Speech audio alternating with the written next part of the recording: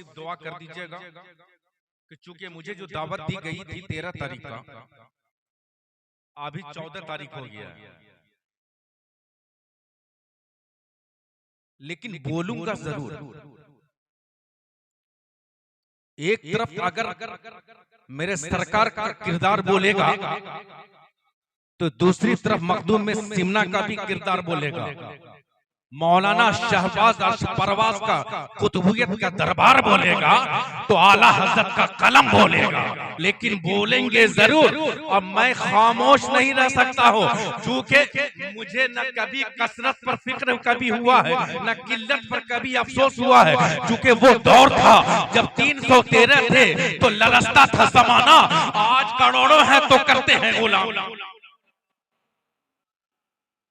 हमें पूरी बस्ती भी चली जाए तो मुझे गम नहीं होगा। क्यों नहीं होगा?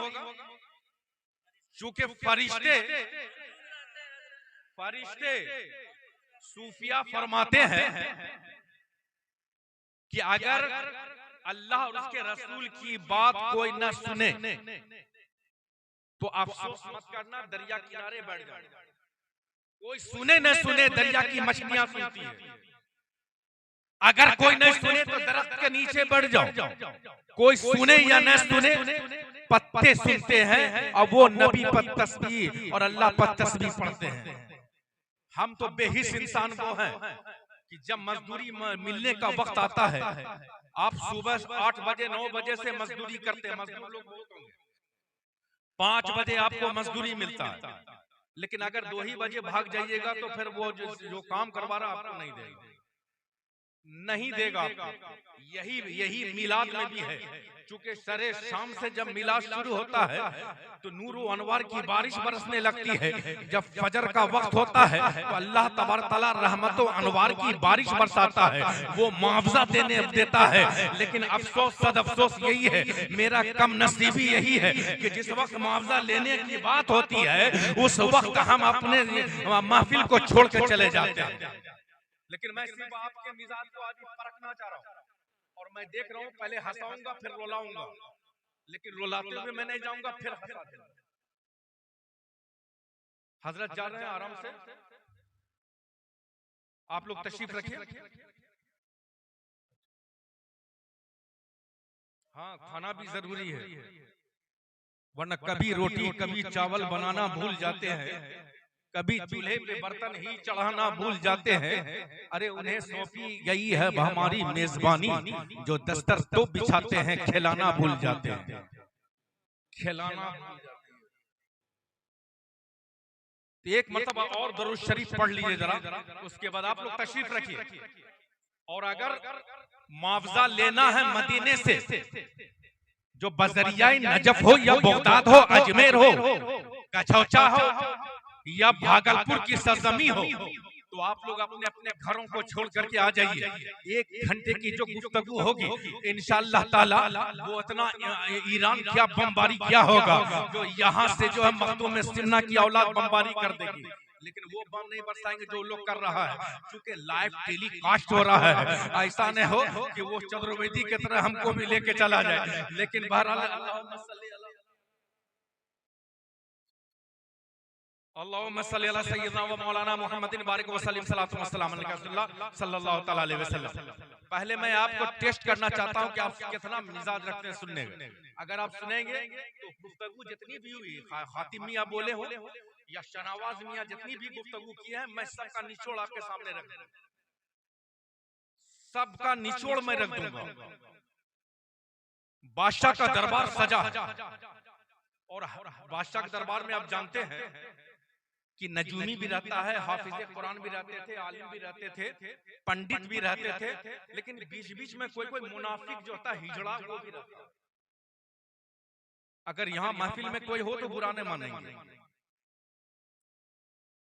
आलिम साहब कोई भी मसला हो, कोई भी मामला हो, तो बादशाह जो है आलिम के पास भेज दिया करते थे कि जाइए आलिम साहब के से आप मशवरा लीजिए। लेकिन उसमें एक था फितना, था तो हिजड़ा लेकिन मुनाफिक था। वो बहुत परेशान हो गया, बहुत परेशान हो गया कि हम लोग सुबह से शाम तक बैठे रहते हैं, बादशाह सलामत नवाजता नहीं है। ये आलिम साहब कुछ देर के लिए आते हैं और सारे लोग इनको हाथ में जो है दस्ती देता शुरू कर देता है, जैसे हम लोग को देता है। कुछ समझ में आए नहीं आए, लेकिन नोटों का अंबार हो जाता है। चूंकि खिताबत को मेरी वो बरसरे तस्लीम करता है, मैं कतरा हूँ मगर दरिया मेरी ताजीम करता है। खुदा दौलत नहीं देता कभी कंजूस लोगों को, दौलत उसे अता करता है जो तकसीम करता है। छोटा नोट नहीं उड़ाइए, बड़ा बड़ा उड़ा। अगर ज्यादा सवाब लेना तो बार बार आइएगा तो 10-10 का लेके आइए। वो जो है बार बार पैसा मिल रहा, बार बार पैसा मिल रहा, उसको गिरा मालूम हो रहा। बहुत आदमी गांव में भी ऐसे बहुत, और ये मैं हर गांव के लिए भी बोल रहा हूँ। सिर्फ आप लोग फॉलो करने की जरूरत है कि समझ को समझो, समझ के समझो। समझना भी एक समझ है, और समझ को गर्चे कोई न समझे, मेरी समझ में वो ना समझ, बस समझना आपको है। बस पहले मैं आपको जगाऊंगा तब रुलाऊंगा, और जब रुलाऊंगा तो मैं ऐसे मजाक से नहीं रुलाऊंगा, बल्कि खुदा का खौफ दिल में आपको दूंगा, जहन्नम को आपको याद दिलाऊंगा। उसके बाद फिर आप जब रोएंगे तो ये बारगाह, ये मिलाद की महफिल, खुदा की इज्जत तो जलाल की कसम, बारगाह नबुव्वियत में मकबूल नहीं बल्कि मंजूर भी होगा, मकबूल भी होगा, और हम सबकी बेहिसाब निजात भी होगी।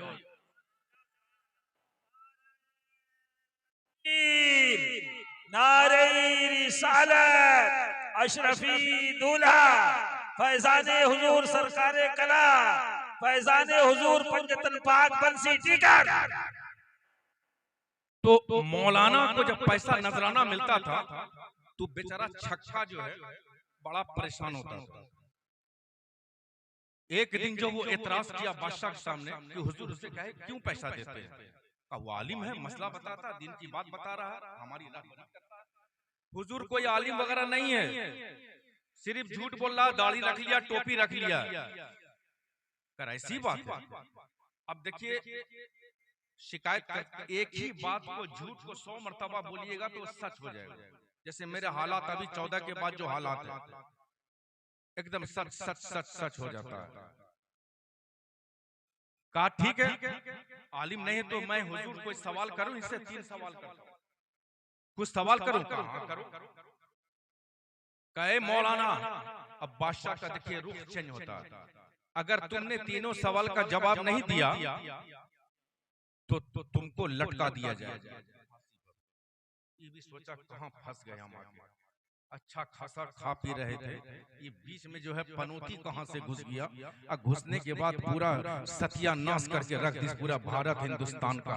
ये कौन आदमी घुसा है? चुनांचे कहा, बादशाह ने कहा कि ठीक है सवाल करो। कहा हुजूर मेरा पहला सवाल ये है कि दुनिया का बीज कहां पर है। अब आलिम से पूछिएगा दुनिया का बीज, तो उसको क्या मालूम? आलिम को मालूम होगा, उसको क्या मालूम होगा दुनिया का बीज कहां है, मरकज कहां है। कहा दूसरा सवाल का दुनिया में औरत कितना मर्द कितना, तो कौन किताब में मिलेगा भाई औरत कितना मर्द कितना? आपका नींद भागा ना जी, सबका भाग जाएगा, देखिएगा। अब दुनिया में औरत कितनी है, मर्द कितना, ये कौन से किताब में लिखा हुआ? ये मर्दमशुमारी जो हो रहा है, मैं चैलेंज देता हूं, सरकार को भी नहीं मालूम, क्योंकि रोज 1-2-4 लाख आदमी पैदा होता है, तो रोज रोज आकर के थोड़े इनमें नाम लिख रहा है, एक तखमीना लगा लेता है कि इतना मर्द है, इतनी औरत है। उसने कहा दूसरा सवाल कि मर्द कितना औरत कितनी। अभी परेशान हो गया, ये कौन चक्कर में फंस गए, कहां से मिलेगा हमको। कहा तीसरा सवाल, कहा कि आसमान में सितारे कितने हैं, बताइए किसको मालूम होगा। मेरे सत्तार कादरी साहब बहुत मेरे पुराने आदमी हैं, आसमान में सितारे कितने हैं किसी किताब में है, किसी को पता है? ये तो अल्लाह बेहतर जानता हो, या अल्लाह ने जिसे अता किया किसको मालूम। कहा हुजूर मुझे 3 दिन का मोहलत दी जाए, 3 दिन का वक्त दिया जाए, मैं कोशिश करता हूँ। बादशाह ने दबदबे से कहा, ऐ मौलाना अगर 3 दिन के अंदर ये सवाल का जवाब नहीं दिया तो तुम्हें लटका दिया जाएगा। उस दौर का बादशाह जो होता था, जो कहता था वो करता था, ये दौर का थोड़ी है। कि बंगाल में कुछ बोले, यूपी में कुछ, बिहार में कुछ, सब जगह अलग अलग जो है बात बोलता है। वो नहीं, वो लोग बोलता, जो बोलता था वो करता था। चुनांचे वो घर आता है मौलाना, आने के बाद बहुत पैसों पंज में कोई ये किताब उल्टा रहा, वो किताब उल्टा रहा, ये किताब में कहाँ से मिलेगा। थक हार करके बेचारा जो है लेट जाता है, रात गुजर जाती है। दूसरे दिन उसके यहाँ उसका स्पेशल धोबी था, वो धोबी आता है कपड़ा लेने के लिए। जब वो दस्तक देता है, मौलाना साहब जाके दरवाजा खोलते हैं, इनका तो पहले से मुंह लटका हुआ है। धोबी ने कहा हुजूर कैसी बात है, आप इतने अफसरदा क्यों है, इतने रंजीदा क्यों है। कहा कोई बात नहीं। कहा हुजूर बताया तो जाए, आखिर मामला क्या है। कहा कोई बात नहीं है। जो उसने जब बजीद हो गए कि हुजूर मैं आपके बाप के जमाने का धोबी हूँ, आप मुझे बताएं कि आज आपका चेहरे में पसमुर्दगी क्यों है, अफसरदगी क्यों है। उसने कहा कि अंदर आओ। कहा कि मैं जिस बादशाह के दरबार में रहता हूँ वहाँ एक हिजड़ा था, एक मुनाफिक है, उसने 3 सवाल कर लिया है। कहा क्या सवाल है हुजूर। कहा कि ये नहीं, कहा कि दुनिया का मरकज कहाँ पर, बीच कहाँ है। कहा दूसरा सवाल क्या है कि दुनिया में मर्द कितना, औरत कितनी है। कहा तीसरा सवाल क्या है कि आसमान में तारे कितने हैं। कहा हुजूर इतनी सी बात है, इतनी बात के लिए आप परेशान है। आप तुम इतना बात कर रहे हो, अरे मेरा जान निकल रहा है, 2 दिन का वक्त निकलता जा रहा है और 1 दिन का वक्त है, और अगर कल तक अगर मुझे इसका जवाब नहीं मिला तो बादशाह मुझे सूली पर लटका देगा। कहा हुजूर घबराइए नहीं, कल आप नहा धो करके यहाँ से जाइएगा। दरबार में पहुंचने के बाद में जब बादशाह कहेगा कि सवाल का जवाब दो, कहा कि हुजूर ये हल्का फुल्का जवाब हमसे मत पूछो, ये जवाब तो मेरा धोबी दे देगा। चुनांचे वो उसी मुताबिक वो दरबार जाता है। बादशाह के दरबार जाने के बाद में वो बैठ जाता है, वो आता है मुनाफिक। कहा कि आप सवाल का जवाब दो। उसने कहा खामोश बैठ जाओ, इतना हल्का फुल्का मेरे शान के सेवा नहीं देता है, बल्कि ये जवाब तो मेरा धोबी देगा। लेकिन दिल भी धड़क रहा कि अगर धोबी नहीं आया तो क्या होगा। देखिए भैया सब हंसिएगा, ये बताइए पहले तो कौन कौन मेरा सुनना नहीं चाहते, हाथ उठाइए।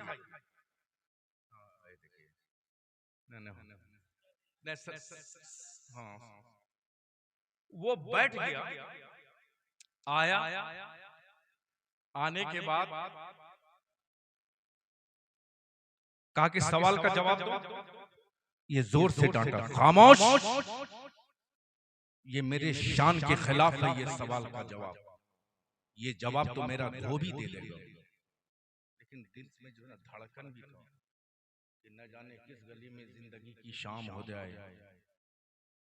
लेकिन इत्मीनान था कि धोबी जो है वफादार था, वफादार था, गद्दार नहीं था। कुछ ही देर के बाद धोबी गधे पर सवार होकर के आ गया। धोबी गधे पर सवार होकर जब बादशाह के दरबार में पहुंचा, गेट पर तो इजाजत तलब किया कि हुजूर इजाजत दीजिए अंदर आने का। कहा आ जाओ। लेकिन गधे पर सवार होकर जब घुसने लगा तो दरबान जो रोक दिया हिफाजती दस्ता, अरे उतर के जाओ। कहा कि नहीं, मैं गधे पर सवार ही क्यों होकर के जाऊंगा, क्योंकि उस सवाल का जवाब, उस गधे का सब जवाब गधा ही देगा, गधा का जवाब गधा ही देगा। बादशाह ने इजाजत दिया, अरे आने दो उसको। चुनांचे वो आया, कहा कि क्या सवाल है। तो पहला सवाल कि दुनिया का मरकज कहाँ पर, बीच कहाँ पर है। उसके पास सोटा था, जहां पर खड़ा था वहां से देवाल नापने लगा, उस देवाल उत्तर दक्षिण पूरब पश्चिम नापने लगा। कहा कि बादशाह सलामत का जहां पर चेयर है वही दुनिया का बीच, अगर यकीन है तो नाप लो। उसको कहा जो सवाल कर रहा था, नहीं हो सकता, नहीं नाप लो। अभी उस पर लग गया, नापो, कहने ने हो गया, मान गया बीच है दुनिया का। तो दूसरा सवाल क्या, औरत कितनी, मर्द नहीं, आसमान में सितारे कितने। कहा ठीक है। धोबी जो है गधा का दुमड़ी पकड़ा, कहा कि दुमड़ी को छोड़ के जिसके बदन में जितना बाल है आसमान में उतने सितारा, उतने तारा। नहीं यकीन, कहा कि नहीं हो गया, नहीं गिनो, बादशाह सलामत। कैसे पता चलेगा कि आसमान में कितना सितारा है, कितना तारा। बादशाह ने कहा गिनो, नहीं हुजूर मैं मान गया हूं, गधा के जिस्म में जितना बाल है उतना आसमान में सितारा है। अरे आदमी अपना सर का बाल नहीं गिन सकता है तो गधा का क्या गिने। कहा तीसरा सवाल बोलो। कहा तीसरा सवाल ये है कि दुनिया में मर्द कितना औरत कितनी है? कहा इतनी सी बात है। ये आंख बंद करता है, 1 2 3 4 5 6 7 8 9 10 11 12 13 14 15 रुक जाता है। फिर कहता है 1 2 3 4 5 6 7 8 9 10 11 12 13 14 15 फिर रुक जाता है। फिर बोलना, उसके बाद सोटा उठाता है और उसको मुनाफिक को डंगाना देना शुरू कर देता है। बादशाह ने कहा कि हुजूर, अरे धोबी क्या कर रहे हो, क्यों मार रहे हो? कहा कि हुजूर मैं जब गिन रहा हूँ मर्द को तो कभी मर्द में घुस जाता है, और जब मैं फिर औरत को गिनने लगता हूँ तो औरत में घुस जाता है। अब मैं भूल जाता हूँ कि मर्द कितना औरत कितनी, इसलिए इसको मार रहा हूँ कि जब तक इसे मैं मार न दूं तब तक मुकम्मल गिनती नहीं हो सकता है। बादशाह ने कहा ठीक है मारो। मारते मारते उसको मार दिया।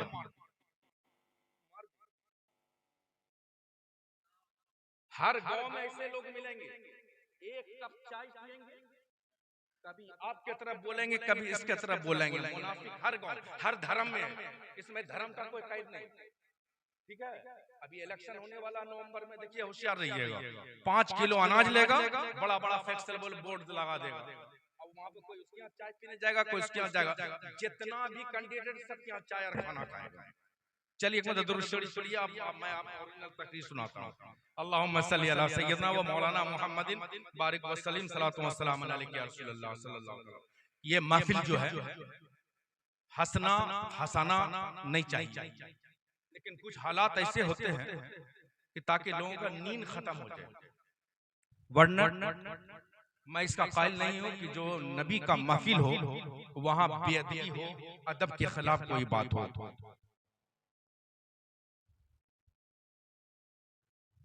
ये महफिल जो है एक बेटा ने अपने बाप के ईसाल सवाब के लिए किया। ये बताइए, आप लोग पढ़े लिखे भी आदमी हैं, मैं यहीं से आपको शुरू करता हूँ। रूह का दिल कहाँ, रूह का घर कोई किसको मालूम है? सब तो लोग चले गए। और मैं कुर्सी देख के नफरत इसलिए करता हूँ ना कि बनामे रहनुमाई इनको गैरत ही नहीं आती। निगल जाए ये पूरा मुल्क तो उल्टी नहीं आती। अटकते हैं निवाले भी हमारे हलक में, लेकिन सियासी असदहों को एक भी हिचकी नहीं आती। पूरा मुल्क खा करके बैठ गया और कुर्सी छोड़ करके चला गया। कैसा कैसे लोग सब है, ये बताइए। रूह का घर है कहाँ, पता है? बोलिए ना भाई, नहीं मालूम है तो बोलिए। रूह का घर कहाँ? रूह आत्मा, तो रूह का घर है दिल हार्ट, यही घर है। ये आपको कहीं नहीं मिलेगा। मेरे जैसे आदमी को बुलाइएगा तभी मिलेगा, वरना उठा पटक मार पीट करके जो है लोग चले जाते हैं। आराम से सुनिएगा, क्योंकि सावधानी हटी तो दुर्घटना घटी। एकदम आराम से सुनिएगा मेरी गुफ्तगू को। 1 घंटा जो है मैं वंदे भारत की तरह स्पीड में भी दौड़ा दूंगा इंशाअल्लाह ताला, लेकिन आपके समाज के दहलीज तक पहुंचाता रहूंगा ताकि आप बेहतर से बेहतर महसूस कर सके। एक मर्तबा बाबा से बुलंद इस अकीदे से मोहब्बत से दरूद और सलाम की मोहब्बत की थाली में सजा करके पेश करें कि हम चुटिया की सरजमी से दरूद और सलाम की डालियां निछावर करते हैं, मेरे आका मदीने से खूब सुनते हैं। तो अल्लाहुम्मा सल्ली अला सय्यदना व मौलाना मुहम्मद। बहुत सुना होगा या नहीं भी सुना होगा, उलमा बहुत बयान करते हैं। मालिक बिन दिनार, मतलब अल्लाह के वलियों में एक मखसूस मकाम रखते हैं हजरत मालिक बिन दिनार। आखिरी बात, उसके बाद बोलिएगा नहीं, न तो आदमी कहेगा फुरकान मियां जान इतना चाटते हैं, ये रात भर परेशान करके रख दिया, बाल मेरा पका दिया टेंशन से। ऐसा नहीं सोचिएगा। साहिब खाना की फरमाइश हुई है, इसलिए मैं एक मारूजात फिर माँ पर ही बोल देता हूँ। इंशाअल्लाह ताला मुमकिन है कि एक भी बच्चा अगर सुधर गया तो मेरे लिए बाइस से निजात हो जाएगी, मेहनत मेरा वसूल हो जाएगा। हजरत मालिक इब्न दिनार जब हज करने के लिए गए थे, अब हज का मौका भी आ रहा है। मालिक इब्न दिनार जब हज करने के लिए गए तो तवाफ़े खाने काबा करने के बाद संगे अस्वद का बोसा लिया और आप इस्तगासा पेश किया, ए मालिक व मौला मुझे 2 ऐसी सूरत दिखा दे, एक वो जिसके हज को तूने कबूल कर लिया है, वो जिसके हज को तूने कबूल नहीं किया। अपने खीमा में आते हैं मना में आते हैं, आराम करने लगते हैं, अल्लाह की जानिब से अल्हाम नाज़िल होता है और दोनों सूरत दिखा दी जाती है, जिसके हज को अल्लाह ने कबूल कर लिया, जिसके हज को अल्लाह ने कबूल नहीं किया। जिसके हज को अल्लाह ने कबूल नहीं किया वो बल्ख का रहने वाला था, मोहम्मद इब्न हारून उसका नाम। आप उठते हैं और बल्खी के खीमा में चले आते हैं, मना पता लगाते हैं कि बल्खी का खीमा है, मोहम्मद इब्न हारून कौन है। कहा कि आप पहचानते हो? कहा कि नहीं पहचानता नहीं। करे बहुत बड़ा नेक इंसान है, मुत्तकी परहेजगार इंसान है, कभी साए में इबादत भी नहीं करता है। हजरत मालिक इब्न दीनार हैरत ज़दा हो गए, जिसके नमाज को, जिसके हज को अल्लाह उसके मुंह पर मार देता है, ये उसकी तारीफ किए जा रहा है। चुनांचे कहा कि कहाँ पर मुलाकात होगी? कहा वो पहाड़ के वसी मैदान में, वो किसी जगह दामन में बैठा हुआ होगा। चुनांचे हजरत मालिक इब्न दीनार जब आगे बढ़ते हैं तो पहाड़ का एक वसी दामन है, उस दामन में एक इंसान बैठा हुआ है, एक हाथ है, एक हाथ उठा करके दुआ कर रहा है, ए मेरे परवरदिगार मेरी खताओं को, लफ्ज़ों को माफ फरमा दे। हजरत मालिक इब्न दीनार उसके पास जाते हैं और कहते हैं मोहम्मद इब्न हारून अस्सलाम वालेकुम। मोहम्मद इब्न हारून ने कहा वालेकुम अस्सलाम, ए मालिक इब्न दीनार वालेकुम अस्सलाम। हजरत मालिक इब्न दीनार हैरत ज़दा हो गए, तू मेरा नाम कैसे जानता है? तो मोहम्मद इब्न हारून ने कहा जिस रब ने मेरे बारे में तुम्हें बताया है, वही रब ने तुम्हारे बारे में मुझे भी बताया। कहा ये तो बता कि तुम्हारे हज को अल्लाह तुम्हारे मुंह पर क्यों मार दिया, तुम्हारी नमाज को क्यों मार रहा? कहा बहुत पुरानी बात है, नौजवानों गौर से सुनना, और मैं फिर बयान कर चुका हूं, सावधानी हटी तो दुर्घटना घटी। तुम्हारे हज को, नमाज को, तुम्हारे आमाल को अल्लाह तुम्हारे मुंह पर क्यों मार रहा? कहा बहुत पुरानी बात है, तो बता तो सही। कहा मैं जवान था लेकिन बहुत नेक था, मैं 5 वक्त नमाज भी पढ़ता, लेकिन सोहबत मेरा गलत लड़कों के साथ। अगर सोहबत गलत है तो खुदा के वास्ते छोड़ देना। गलत सोहबत जो है ये बहुत गंदी चीज है। गलत सोहबत में था। एक दिन मेरे दोस्त आए और मेरे कांधे पर हाथ रखा, कहा दोस्त चलो घूम के आते हैं, और मुझे मैखाना लेकर चले गए। मैखाना समझ रहे हैं? शराब जहां होता, जहां बनता शराब, मैखाना।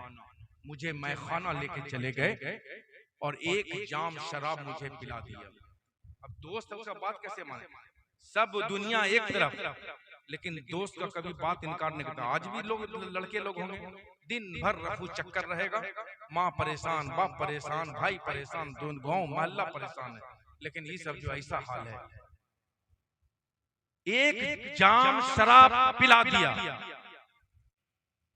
ऐ मालिक इब्न दीनार, जब मैं शराब पी करके अपने घर आया, दस्तक दिए तो मेरी माँ दरवाजा खोली।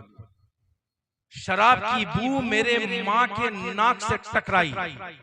मेरी माँ ने कहा कमबख्त नाहंजार, रमजान का चांद निकल चुका है, तमाम मोमिन मुसलमान नमाज तरावी के लिए जा चुके हैं, तू कैसा बदनसीब है कि तू आज भी मुबारक शब में भी तू शराब पी करके आ गया है। माँ ने मुझे एक हाथ मारा, माँ का हाथ लगना था कि 2 जुनून इकट्ठा हो गया। एक तो गुस्से का जुनून इकट्ठा हुआ, दूसरा शराब का जुनून इकट्ठा हुआ, और इकट्ठा होना था कि मैं भी अपनी माँ को मारा, और मारने के बाद मैं अपनी माँ को गोदी उठाया, और मेरे घर में तंदूर जल रहा था, मैंने अपनी माँ को जलते हुए तंदूर में डाल दिया। मेरी माँ को मेरी बीवी ने बचाने की बहुत कोशिश की, लेकिन जब तक बचाती मेरी माँ जल भून चुकी थी, जल भून चुकी थी, जिस्म से कफन से रूह परवास कर। मेरी बीवी ने मुझे धक्का मारा नशा के आलम में, मैं चारपाई पर गिर गया। मेरी बीवी ने मेरी माँ को बचाने की बहुत कोशिश की, लेकिन मेरी माँ बच नहीं पाई। चारपाई पर रख दिया, एक सफेद चादर उड़ा दिया। मैं माँ से बहुत प्यार करता था। रात जब आधी गुजरती है तो मैं नींद से बेदार हुआ, माँ को आवाज दिया, माँ मेरी बीवी बड़ा तल्ख जुमला कहती है कि तू अपनी माँ का कातिल है। इसने कहा कि मोहम्मद इब्न हारून ने कहा कि मैं अपने माँ का कातिल कैसे हूँ, क्योंकि पीने के बाद तो याद नहीं रहता है, तो मैं अपने माँ का कातिल कैसे। कहा तू पी करके आया था, तुझे माँ ने मारा, तू माँ को जो है तंदूर में डाल दिया, देख ले माँ का लाश। जब वो मोहम्मद इब्न हारून ने कहा कि माँ के चेहरे से जब हटाया चादर, उसके बाद पैताना में बैठ करके रोने लगा, और रोने लगा तो जिस खेत से दक्का को मुयस्सर नहीं रोजी, उस खेत के हर खोशे एक गंदम को जला दो। जिस चीज से नुकसान हो, खुदा की सतो जलाल की कसम, उसको छोड़ देना चाहिए। मोहम्मद इब्न हारून ने कहा कि ए मालिक इब्न दीनार, वहां पर एक कुल्हाड़ी रखा हुआ था, कुल्हाड़ी उठाया और अपने हाथ पर दे मारा, और मैं जिस्म से हाथ को जुदा कर दिया।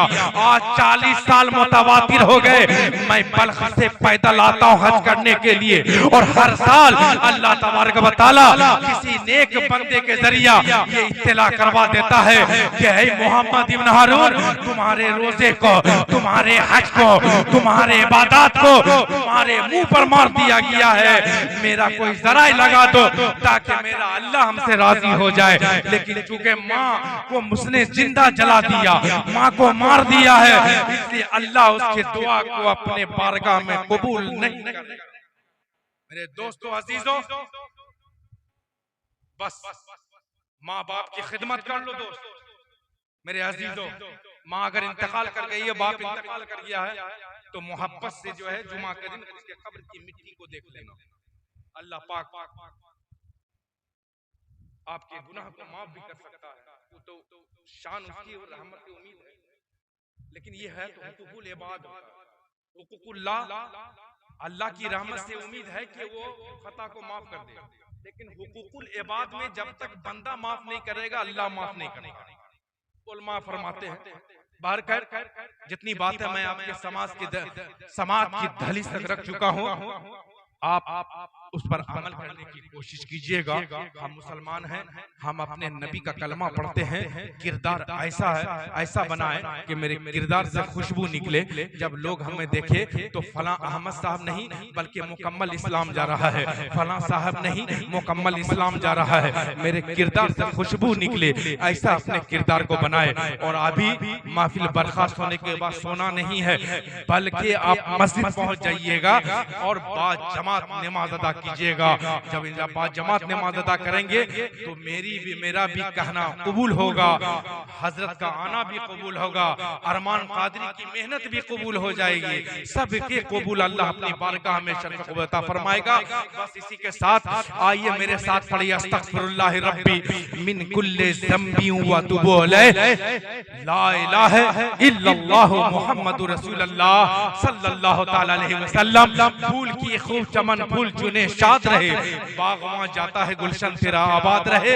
वाखिरु दावाना अनिल हक वाली काज़िमन फी जमी अवाली मुतमक्किनन फी मकाम रज़ा जवादन कफहु इंदलता हादिन इला सबीलिन निजात अस्करियो मअल गुजार महविला तरीक़िल यकीन अरसलना इलल आलमीन मुईन मिल्लत वद्दीन अशरफिल अव्वलीन वल आखिरीन सलावतुल्लाह अलैहिम अजमईन। रूह का घर कहाँ? दिल में। आप देखिए, आप समझ में आया, ये जी के दे रहा हूं। आप किसी से भी टकरा सकते हो, मैं आपको इल्म दे रहा हूँ, एजुकेशन दे रहा हूँ, जनरल नॉलेज दे रहा हूँ। रूह का घर दिल। अब जितने लोग हैं आप इसको फैलाइए, जो चले गए कोई बात नहीं, अल्लाह उनको हिदायत फरमाए, लेकिन आप चाय दुकान पान दुकान में जब बैठेंगे तो चर्चा जरूर कीजिएगा, ठीक है, ताकि नबी की बात आगे बढ़े, दीन की बात आगे फैले। आज हम लोग यही है, लोग हमको देख करके कहता यही इस्लाम है, बल्कि होना ये चाहिए जब हम चले तो कहा फलां मियां नहीं बल्कि ये मुकम्मल इस्लाम जा रहा है। मेरा किरदार से इस्लाम की खुशबू निकलनी चाहिए, हमारे किरदार से इस्लाम की खुशबू निकलनी चाहिए। लोग आज मुसलमान हो तो आप शराब पी रहे हैं, जुआ खेल रहे हैं, झूठ बोल रहे हैं, माँ बाप को सता रहे हैं, बीवी के साथ जुल्म कर रहे हैं, और लेकिन अपने आप को मुत्तकी परहेजगार समझ रहा है, 5 वक्त का नमाज भी पढ़ रहा है, वहां से निकलने के बाद इमाम की शिकायत भी कर रहा है। अरे खुदा के बंदे, जितना देर तुमने नमाज पढ़ा है, जितना देर तुमने इबादत की है, वो तुम्हारी तमाम की तमाम ज़ाय हो गई है। तुम्हारी कोई भी दुआ कबूल बारगाह नहीं है। लेकिन अगर तुम इस्लाम का के साथ चलते रहोगे तो खुदा की इज्जत और जलाल की कसम तुम यहाँ चलोगे, लेकिन मदीने से आका मुस्कुराते नजर आएंगे।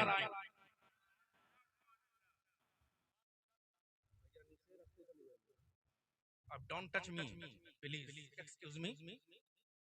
अब नींद आप लोग का भागा ना।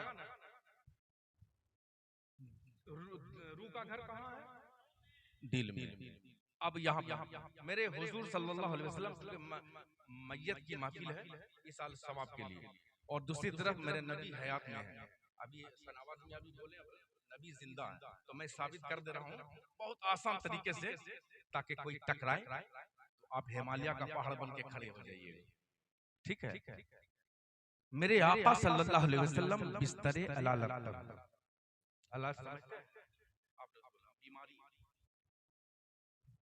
अचानक अस्सलातु वस्सलामु अलैका या रसूल अल्लाह की सदा गूंजती है।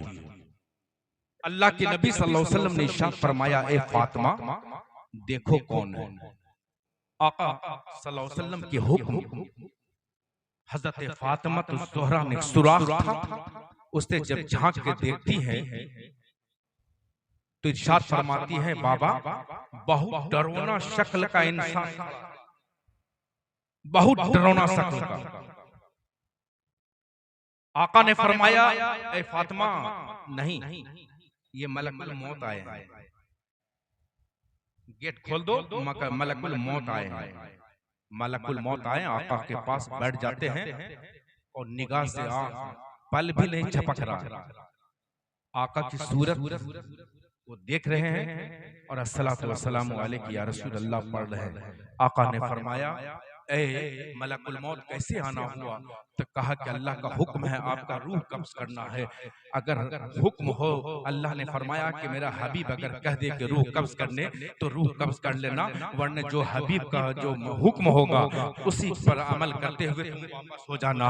चुनांचे आका सल्लल्लाहु अलैहि वसल्लम ने इरशाद फरमाया कि मलकुल मौत राजी बरज़ा, आप रूह कब्ज कर लीजिए। मेरे आका सल्लल्लाहु अलैहि वसल्लम के रूह को हजरत मलकुल मौत ने कब्ज कर लिया। अब कब्ज करने के बाद में खिला से निकले, हवा से निकले, पहले आसमान पर जाते हैं। पहले आसमान पर जाने के बाद में जब आवाज देते हैं, खटखटाते हैं, दस्तक देते हैं, तो आसमान का दरवाजा खुलता है। वहां फरिश्ते कहते हैं कि यहाँ किसको लेके आए? कहे कि आका सल्लल्लाहु अलैहि वसल्लम की रूह को लेकर आया हो, अगर इजाजत हो तो यहीं रख दो। कहा कि तुम्हें मालूम नहीं है कि जहाँ जहाँ कदम रहता है, मैं यहीं पर रुक करके मैं एक बात आपकी समाज के दहलीज तक और समझाने के लिए मैं बोल दूं कि जहां पर कदम जाता है वहां रूह का घर नहीं होता है, और जहां रूह का घर होता है वहां कदम नहीं पड़ता है। जैसे मैं मिसाल दे दूं, अगर कोई यहाँ का चूटिया बिलारी का आदमी अगर रस्सी पांव में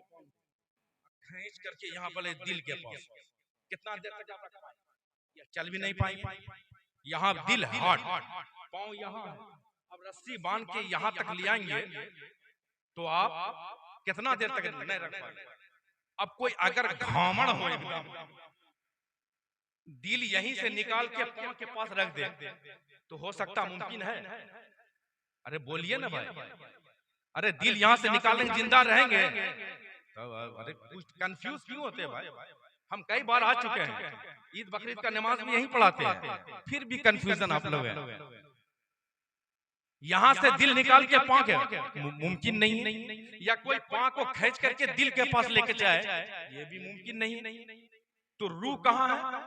दिल का, रूह का घर दिल। अब यहीं से आपको समझना, फॉलो करना है।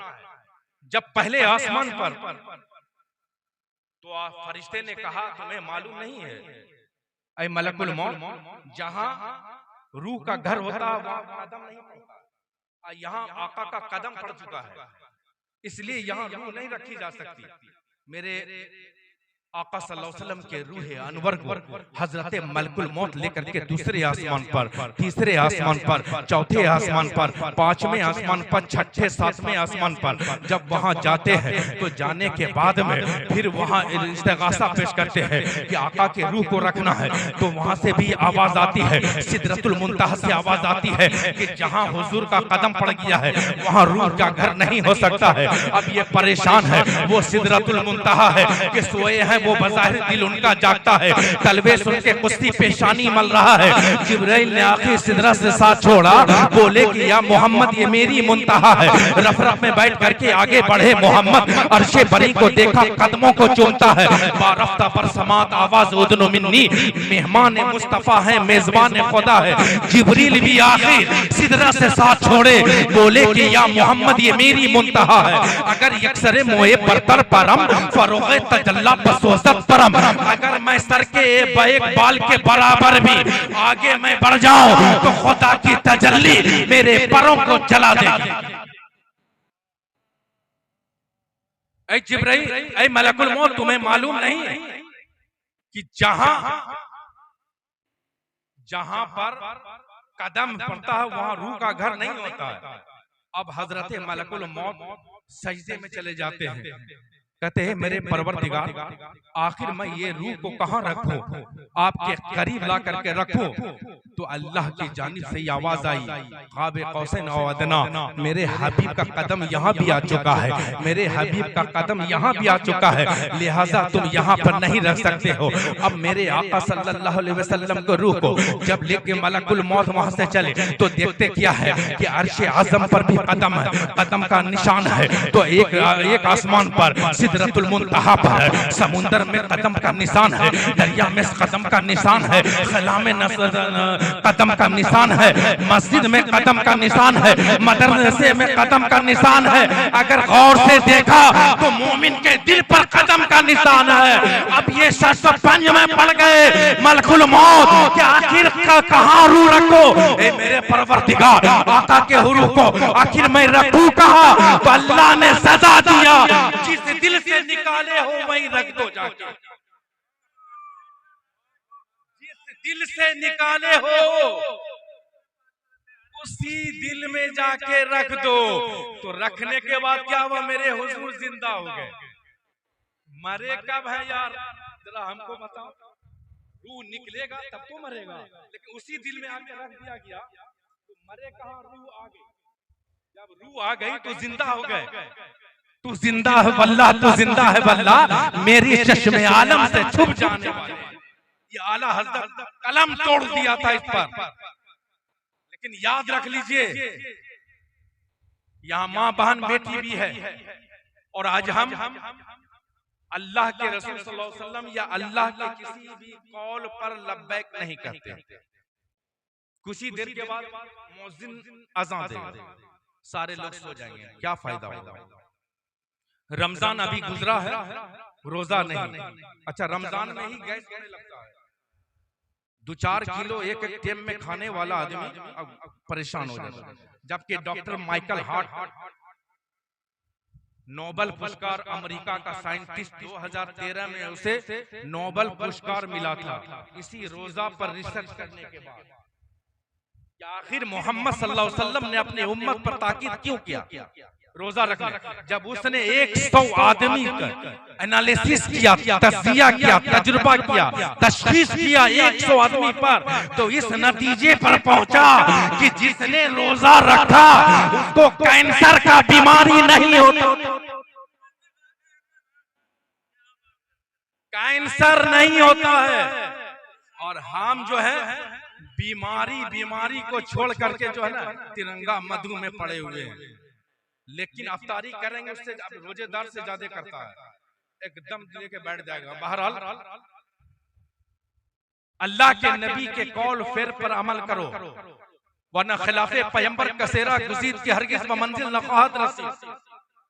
जिसने अल्लाह के रसूल सल्लल्लाहु अलैहि वसल्लम के कौल या फेर या सीरत पर अमल नहीं करेगा वो कभी मंजिले मकसूद तक नहीं पहुंच पाता, कभी नहीं। उलमा बैठे हुए, मैं तो मकतबे बैजाबी भी सही से नहीं पढ़ा हूं, लेकिन उलमा इकराम की दुआओं का दुआ लेते हुए मैं आपके समाज के दहलीज तक पहुंचाने की कोशिश करूं।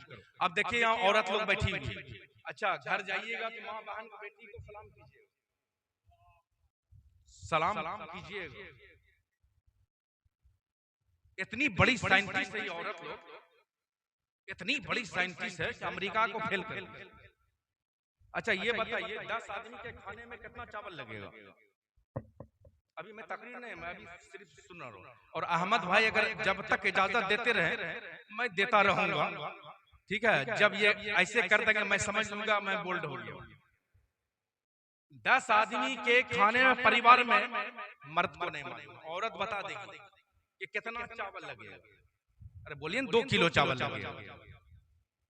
क्या मर्द कभी चावल गिन पाया है? कभी चावल आप लोग गिने हैं? अरे हाँ नहीं, कुछ तो बोलिए। कभी चावल गिने हैं? कितना चावल, तादाद कितनी है?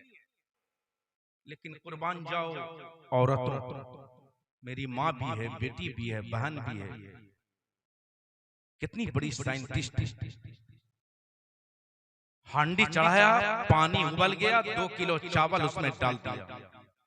कुछ देर के बाद चावल का रंग जो है पीलापन से उजलेपन पे जब आने लगा, 1 चम्मच उसके अंदर डालती है, थोड़ा हिलाती है, और हिलाने के बाद चम्मच, हर जगह चमचा मिलेगा, इधर भी मारेगा उधर भी मारेगा, उसको कहते हैं चम्मच। अब बगैर चम्मच के चावल नहीं निकलता।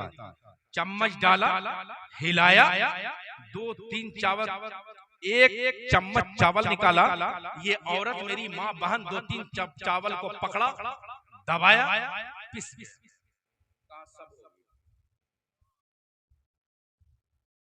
सब हो गया। अरे मेरी माँ, मेरी बहन, तुम अंदर कहीं छुपी हुई हो, तुम्हें एटम बम बनाना चाहिए, परमाणु बम बनाना चाहिए। इतनी बड़ी साइंटिस्ट घर में बंद है, जो मर्द कभी गिन न सका जिस चावल को, ये औरत 2 चावल 1 चावल को दबा के बोलती है हो गया। आखिर क्या है?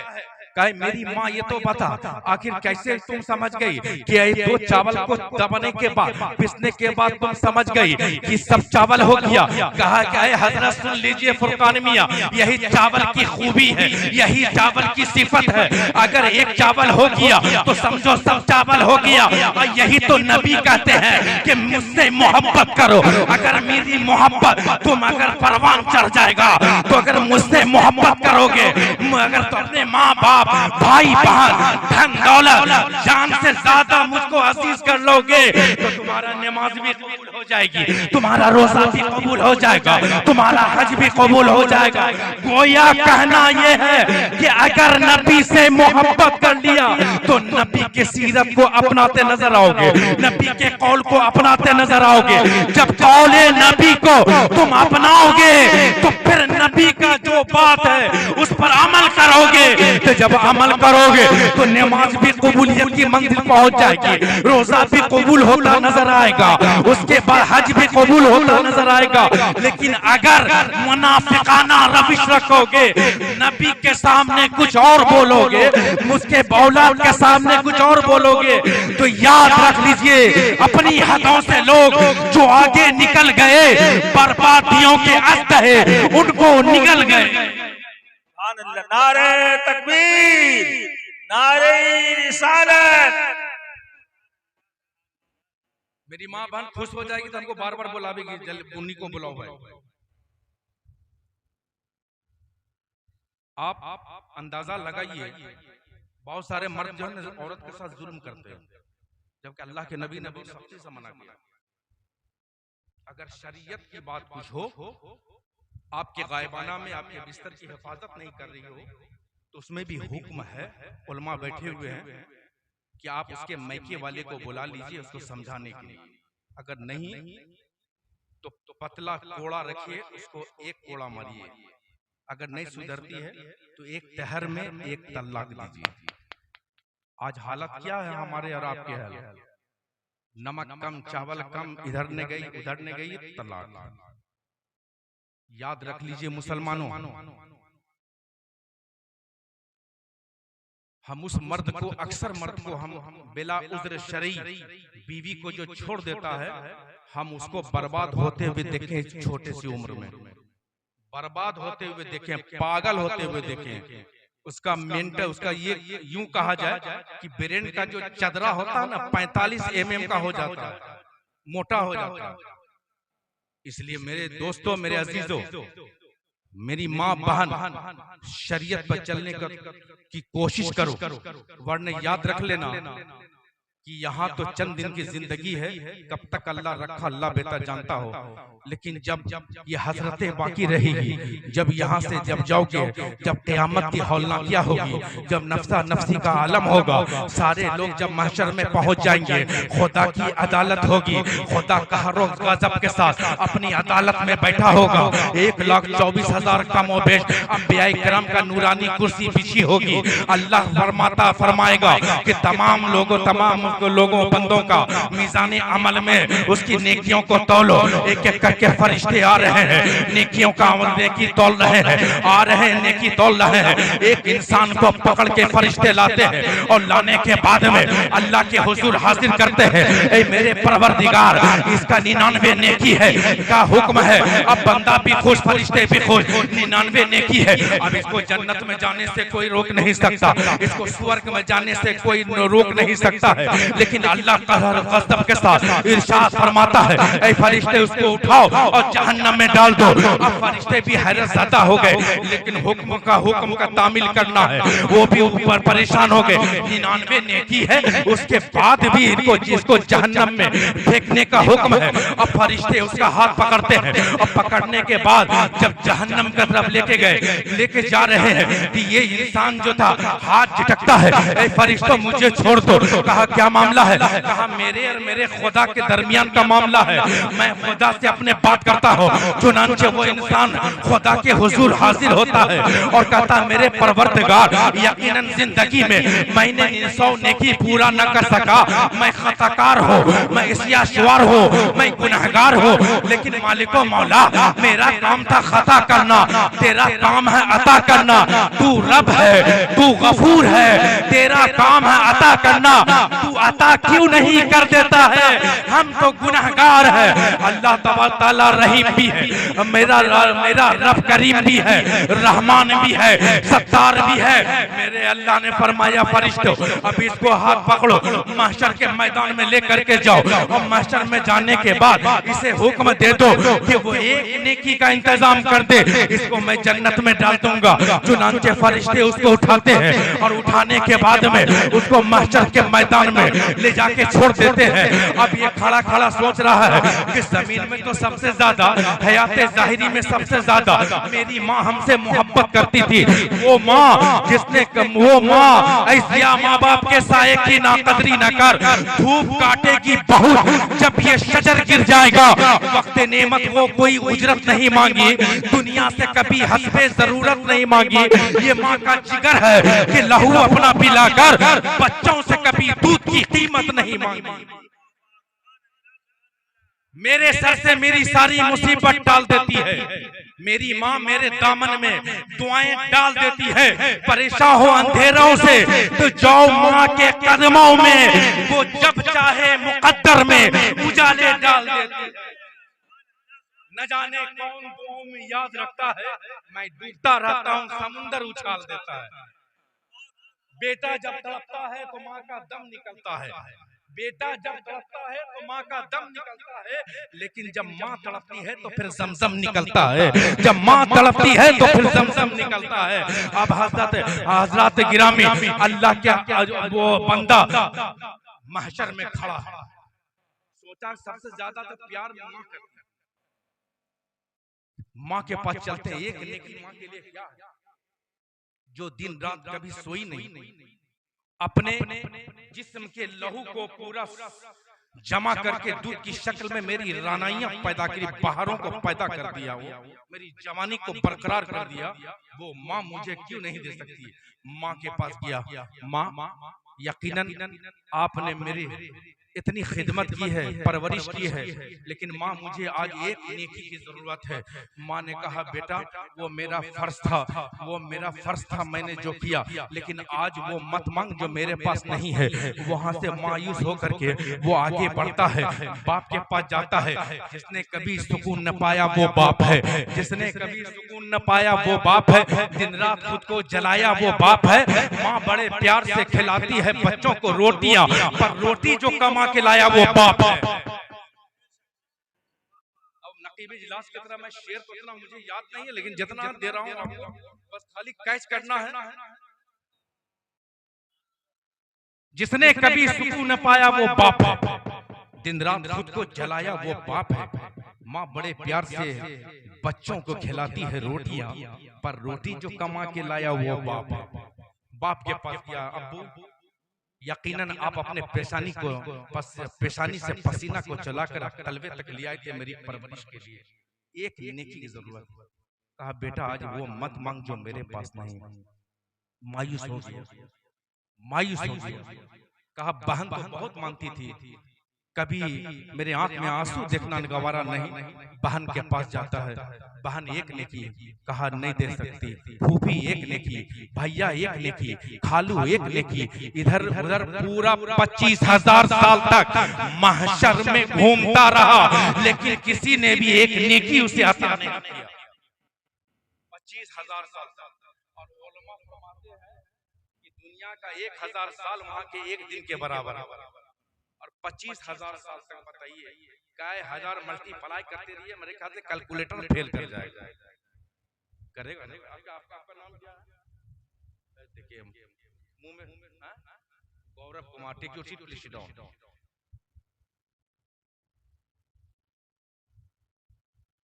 किसी एक नेकी नहीं दे पाए, बाप ने दिया, कोई ने दिया, कोई ने दिया। 25,000 साल तक पूरे महशर में घूमता रहा, आखिर वो थक हार जाता है, बदन चूर चूर हो जाता है, लहू लहान हो जाता है, और वो गश खा के गिर जाता है। फरिश्ते आते हैं, लात मारते हैं, ठोकर मारते हैं, उठ उठ उठ, या तो एक नेकी का इंतजाम कर या फिर जहन्नम में चल। काहे फरिश्ते अब इंतजाम नहीं हो पाएगा, मुझे जहन्नम में ही मिला, जहन्नम में डाल। फरिश्ते उठाते हैं, जहन्नम तक लेके जाते हैं। जहन्नम के गेट पर एक इंसान खड़ा हुआ, पहले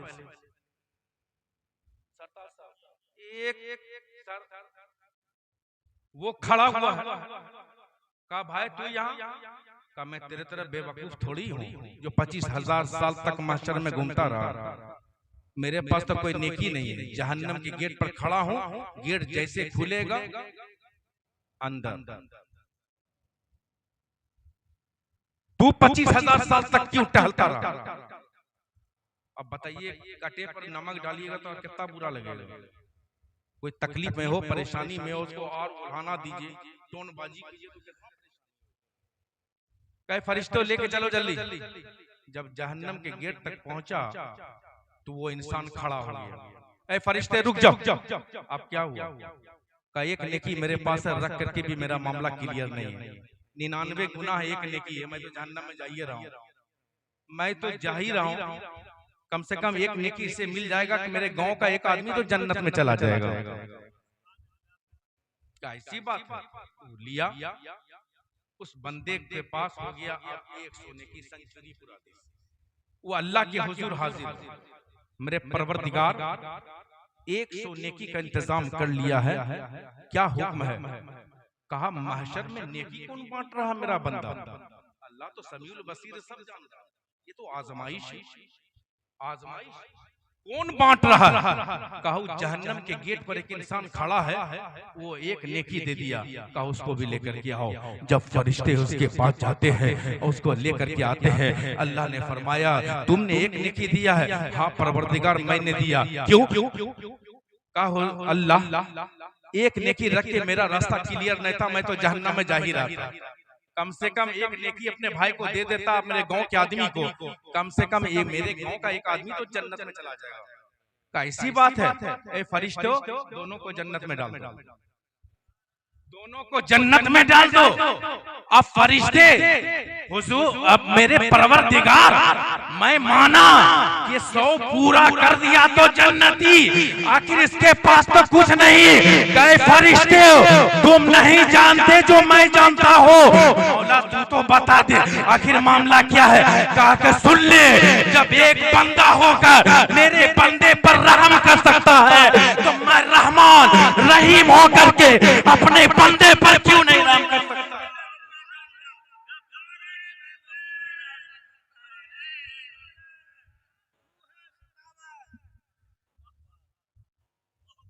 जब बंदा होकर मेरे बंदे पर रहम कर सकता है तो मैं रहमान और रहीम हूँ, क्यों नहीं अपने बंदे पर रहम करूंगा। इसलिए दोनों को डाल दो।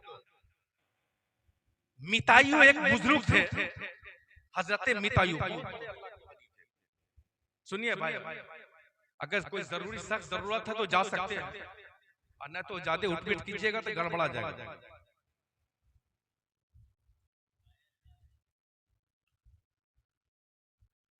हजरत मितायु एक अल्लाह के वली थे। उनकी माँ ने कहा कि मितायु आग लेकर के थोड़ा से आओ, चूल्हा पकाना, आग पकाना। उस दौर में हम लोग बचपन में भी देखे हैं, दूसरे के चूल्हे से जो है ना आग ले करके जो है अपने चूल्हा में डाला जाता था। बचपन मैंने देखा है, लेकर के आग आओ, हांडी पकाना। हजरत मितायु रहमतुल्लाह अलैह निकलते हैं, काफी देर के बाद जब वापस आते हैं खाली। माँ ने कहा बेटा आग लेके नहीं आए। तो हजरत मितायु ने कहा माँ पूरे जमीन रोए जमीन का मैंने गश्त कर दिया, आग नहीं मिला। दरख्शाए आलम बगश्तम बसे बसर बुर्दे अय्याम में बाहर, पूरे रोए जमीन का मैंने गश्त किया, हत्ता के मैं जहन्नम के गेट तक चला गया। और जब जहन्नम के गेट पर गया तो जहन्नम का दरोगा ने कहा ऐ मितायु यहाँ कैसे आए हो। कहा मेरी माँ ने आग मांगा है इसलिए आग लेने के लिए आए। कहा यहाँ आग थोड़ी मिलता है, दुनिया में मिलेगा। कहा नहीं मिला, आप आग दे दो तो मेरी माँ चूल्हा जलाएगी। कहा मितायु यहाँ आग ऐसे नहीं मिलता। तो कहा फिर कैसे मिलता है। का दुनिया में जो लोग गुनाह करता है वो अपने नाम से यहाँ आग जलाता है, जो पाप करता है गुनाह करता है अपने नाम से जहन्नम में आग भड़काता है, आग भड़काता है। मेरा जितने भी गुनाह है मेरे वो कब्र की बिच्छू कोई बनता है, कोई कब्र सटाता है, सांप बनता है, सब मेरे अमल की सजा। लेकिन हमेशा याद रख लीजिएगा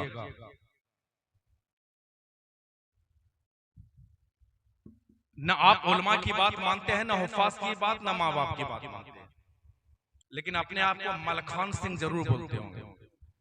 इमाम साहब हर जुमा को वाज फरमाते हैं, बेहतर वाज फरमा रहे हैं। कौन ऐसा आदमी है कि एक भी वाज का कुछ मारूजात हमें सुना सके, तवज्जो नहीं देता, ध्यान नहीं रहता उसका कि इमाम साहब क्या बोल रहे हैं, उलमा क्या बोल रहे हैं। जब उसको मजदूरी मिलने की बात है तो यहाँ से सब 1 2 3 सो कितना। अभी जाके घर में कोई गप कर रहा होगा, कोई गेम खेल रहा होगा, कोई यूट्यूब और सोशल मीडिया पर छाया हुआ होगा, लेकिन अच्छी बात नहीं करेगा। हमेशा याद रखिएगा जहन्नम को भरने से हमें क्या फायदा होगा। अल्लाह के नबी सल्लल्लाहु अलैहि वसल्लम भी नहीं चाहते थे कि अगर आप जहन्नम में चले जाओ तो क्या फायदा होगा, जहन्नम भर जाए तो क्या फायदा होगा, कोई फायदा नहीं। इसलिए अल्लाह के नबी सल्लल्लाहु अलैहि वसल्लम हमेशा रोते रहते थे। और 3 रिवायत तो मेरे पास है, बाकी उलमा के पास अगर ज्यादा हो तो मैं अपने खिताबत का उन्वान बना सकता हूँ, लेकिन 3 मेरे पास है कि जब अल्लाह के नबी सल्लल्लाहु अलैहि वसल्लम दुनिया में तशरीफ लाए यानी तवल्लुद हुए तो हजरत आमना ने कहा कि उखरुज इलल नूर। जब मेरे जिस्म से नूर खारिज हुआ तो मैंने देखा कि बच्चा है और पेशानी को जमीन में रख करके या रब्बे हबली उम्मती, या रब्बे हबली उम्मती, हजरत आमना का कौल है। दूसरा जो रिवायत ये है कि जब आका सल्लल्लाहु अलैहि वसल्लम मेराज में गए थे तो मेराज में भी उम्मत को छोड़ा नहीं है, उम्मत की बख्शिशों का वादा करा के लौटे। तो अल्लाह की तरफ से तोहफा नमाज का है, वहां भी तोहफा दिया गया, नमाज का दिया गया है। लेकिन सबसे हैरत की बात है, मैं आपकी समाज के दहलीज तक पहुंचा हूं, मेरे और आपके आका सल्लल्लाहु अलैहि वसल्लम मस्जिद नबवी के टूटे हुए चटाई पर सहने मस्जिद नबवी पर तशरीफ फरमा है। हजरत जिब्राइल अमीन आयत लेके, अज़ाब की आयत लेकर के नाजिल होते हैं। जब मेरे आका सल्लल्लाहु अलैहि वसल्लम के पास जब आयत लेकर के जिब्राइल अमीन आए, बुलबुल सिदरा आए, सैयदुल मलाइका आए, तो मेरे आका सल्लल्लाहु अलैहि वसल्लम जब आयत को पढ़ा तो पढ़ने के बाद माज़ागल बसर, निगाहों से आंसुओं के कतरात नमूदार हो गए। आप रोना शुरू कर दिए और खामोशी के साथ मदीने से वो बाहर निकल जाते हैं। और निकलने के बाद एक मदीने के बाहर में एक गौर है, उस गौर में मेरे आका सल्लल्लाहु अलैहि वसल्लम वहीं जाकर के अपने पेशानी को सजदे में रख दिया। एक दिन मुसलसल गुजरने के बाद अब यहाँ हजरत हसनैन करीमैन बेताब है, साहबे करम की जमात बेताब है, हजरत फातिमा ज़हरा बेताब है। मेरे बाबा गए कहाँ है, आखिर मेरे नाना गए कहाँ है? दुश्मनों का अंबार था उस वक्त, इसलिए सबको तशवीश लाहक हो रही थी। अचानक जब 3 दिन का वक्त गुजर जाता है, अब ये मजलिसे मुशावरत होती है, वो गुलामों के दरमियान हजरत अबू बकर सिद्दीक की जात भी है, उमर फारूक भी है, उस्मान बिन नूरैन भी है, अली भी है, हजरत सलमान फारसी भी है। जब इन लोग जब मजलिसे मुशावरत हुई तो सारे लोगों ने कहा ऐसा है कि चल करके हम लोग तलाश करते हैं आखिर मेरे आका गए कहाँ है। चुनांचे जमात जो है, गुलामों की जमात, साहबे कराम की जमात मदीने से निकलती है। निकलने के बाद जब मदीने के बाहर जाती है तो एक चरवाहे से मुलाकात होती है।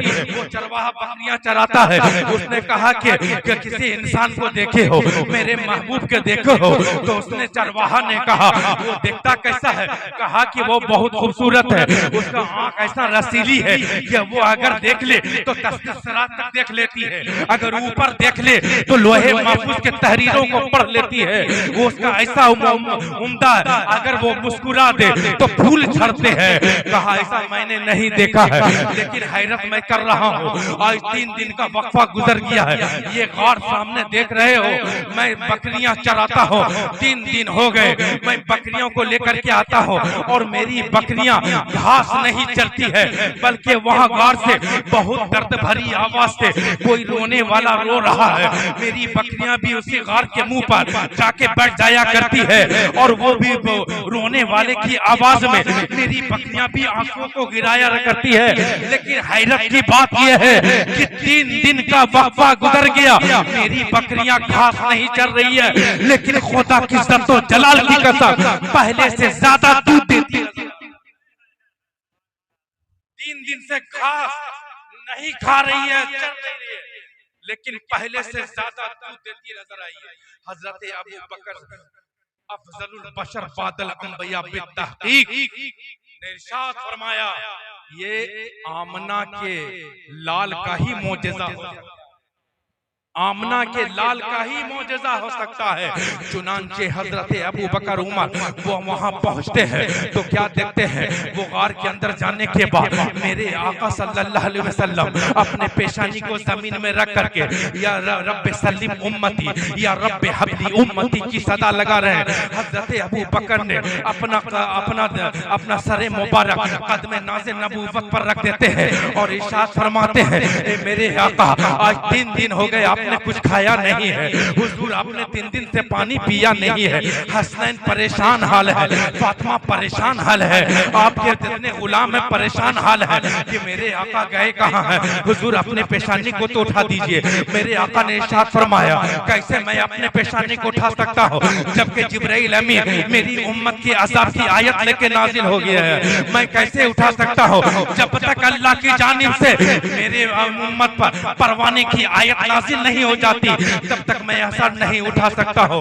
मेरे आका रोए जा रहे हैं, मेरे आका आप दोनों मादाकल बसर निगाहों से आंसू का कतरा नमूदार हो रहे हैं। जब बात नहीं समझा गई तो अब दोनों सहाबा आते हैं, शेखैन आते हैं। आने के बाद में हजरत सलमान फारसी को तलब करते हैं। हजरत सलमान फारसी आते हैं, कहा कि ऐसा है कि जिसकी बात न कभी खुदा ने टाली है न हबीबे खुदा ने टाली है, जो हजरत फातिमा को बोल दो कि आका का पता चल गया है। हजरत सलमान फारसी हजरत फातिमा ज़हरा के घर जाते हैं, दस्तक देते हैं। वहां से अंदर से आवाज आती है, कौन? कहा सलमान फारसी। कहा क्या मामला है? कहा आका का पता चल गया है। अरे बेटी तो बेटी होती है, बेटी तो बेटी होती है। बेटी ने जैसा सुना मेरे बाबा का पता चल गया है, वो तड़प जाती है। फौरन साहबे कराम की मस्तूरात को, उनके दुख्तरान को तलब करती है। तलब करने के बाद चलो जिस गार में है चलो। हजरत फातिमा ज़हरा बीच में है, दाहिने हाथ की शहादत की उंगली हजरत हसन ने मुश्तबा पकड़े हुए हैं, बाएं हाथ की शहादत की उंगली हजरत शहीद आजम पकड़े हुए हैं। अब बीच में हजरत फातिमा वो तमाम जमात सहाबा की बीवी और बच्चों के बीच में जुर्मुट में वो खरामा मदीने से बाहर जा रही है। जब वो गार का मुंह आता है, साहबे करम की बीवी को रोक देती है। मेरे आका की दुख्तर, वो जिगर पराए रसूल, वो वहां जाती है, अपने सर को मेरे आका के कदमे नास पर रख देती है। ए बाबा 3 दिन हो गए आपने कुछ खाया नहीं है, 3 दिन हो गए आपने कुछ पिया नहीं है। देखिए हसनैन करीमैन पेताब है, बे आप माही तड़प रहे हैं, गुलामों के अंदर इस तरह भी कैफियत है। हुजूर सर तो उठाइए। मेरे आका ने कहा, ए फातिमा मैं कैसे सर उठा सकता हूँ जब अल्लाह की जानिब से जब मेरी उम्मत के लिए आजाद की आयत नाजिल हो गई है, मैं कैसे वो सर उठा सकता हूँ जब तक अल्लाह की जानिब से मेरी उम्मत के परवाना जन्नत का परवाना नहीं मिल जाता, तब तक ये मोहम्मद अरबी सर नहीं उठा सकता। हजरत फातिमा ज़हरा ने इरशाद फरमाया, बाबा जान जज़ाकल्लाह, बाबा जान आप नहीं कहा था ये हसन मुश्तबा है, इसे जहर देके शहीद किया जाए। बाबा आपका नवासा, आपका जिगर पारा अगर वो शहीद हो जाता है और जहर खाने के बाद कलेजा कट के जब गिरेगा तो खून आलूद कपड़े को आपके उम्मत के मीज़ाने अमल पर रख दूंगा, अल्लाह आपके उम्मत के गुनाह को माफ कर देगा। कहा ए फातिमा फिर भी अगर मेरी उम्मत बख्शी नहीं गई तो क्या मोहब्बत। बायां हाथ की शहादत की उंगली हजरत इमाम हुसैन शहीद आजम। बाबा आपने कहा था कि 3 दिन का भूखा प्यासा करबला के तपती हुई सहरा में आपका कलमा पढ़ने वाला इसे शहीद कर देगा। बाबा जब इसके जिस्म अथर से जब खून के कतरात नमूदार होंगे, जब जिस्म लहू लहान हो जाएगा, जब इसका कपड़ा लहू लहान हो जाएगा, तो बाबा आप क्या इस लखते जिगर का कपड़ा आपके उम्मत के मीज़ाने अमल पर रख दूंगी, अल्लाह की उम्मत की बख्शिश फरमा देगा। तो अल्लाह के नबी ने फरमाया उसके बाद भी अगर मेरी उम्मत बख्शी नहीं गई तो हज़रत फातिमा ज़हरा ने इरशाद फरमाया अगर इसके बावजूद भी अल्लाह की उम्मत की बख्शिश नहीं करता है, ये फातिमा अपने सर से दुपट्टा हटाती है उस वक्त तक नहीं रखेगी जब तक आपकी एक उम्मत की बख्शिश नहीं हो जाती है। इतना बोलना था, अल्लाह तबारक व तआला ने जिब्राइल को रवाना कर दिया, जिब्राइल जाओ और फातिमा को रोक दो कि अपने सर से दुपट्टा ना हटाए, और मेरे हबीब के कह देना कि जिसकी बात न कभी खुदा ने टाली है न कभी हबीब खुदा ने टाला।